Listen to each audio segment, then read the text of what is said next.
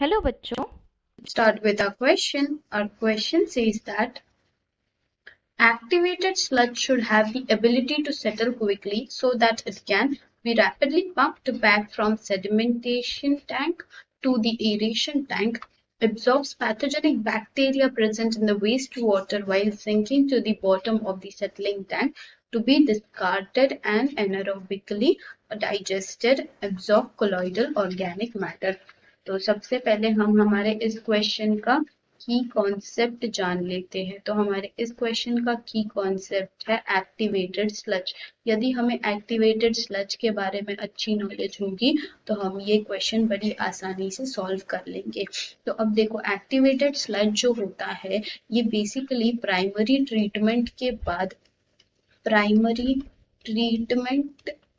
बाद activated sludge को एक कंटेनर से दूसरे कंटेनर में डाला जाता है। ठीक है, यानी कि एक टैंक से दूसरे टैंक में डाला जाता है।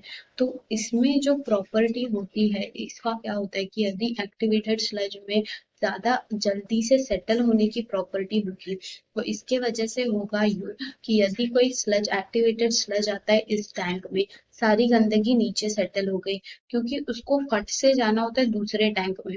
तो इसके वजह से जितनी भी गंदगी नीचे सेटल हो जाएगी हम इसको आसानी से बाई इजी मेथड से हम इसको निकाल सकते हैं, इसको आउट कर सकते हैं। ठीक है, तो इस वजह से ये जो प्रॉपर्टी होती है एक्टिवेटेड स्लज में वो ज्यादा जल्दी से क्विकली सेटल होने की प्रॉपर्टी होनी चाहिए ताकि वो एक टैंक से दूसरे टैंक में आसानी से जा सके, और एक टैंक से दूसरे टैंक में जब जाए तभी वो जो सारी गंदगी है वो नीचे छोड़ के जाए, यानी कि फिल्टर होके जा सके। तो इसके लिए हमारा ऑप्शन ए जो है वो राइट आंसर है, क्योंकि activated sludge should have the ability to settle quickly so that it can be rapidly pumped back from sedimentation tank to the aeration tank. Hope you understood this question well. All the best.